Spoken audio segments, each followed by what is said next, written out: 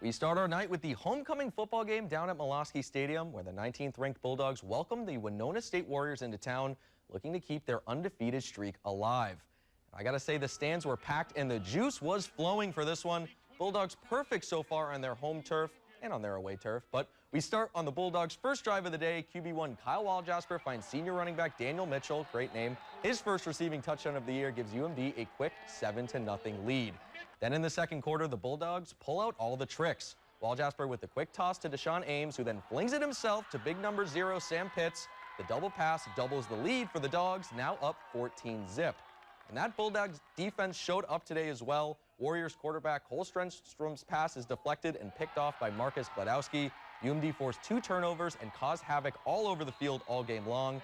And off of that INT, well, if it isn't broke, don't fix it. Waljasper with his 3rd touchdown strike of the half. Sam Pitts, his 2nd touchdown grab. UMD goes up 21-0 at halftime.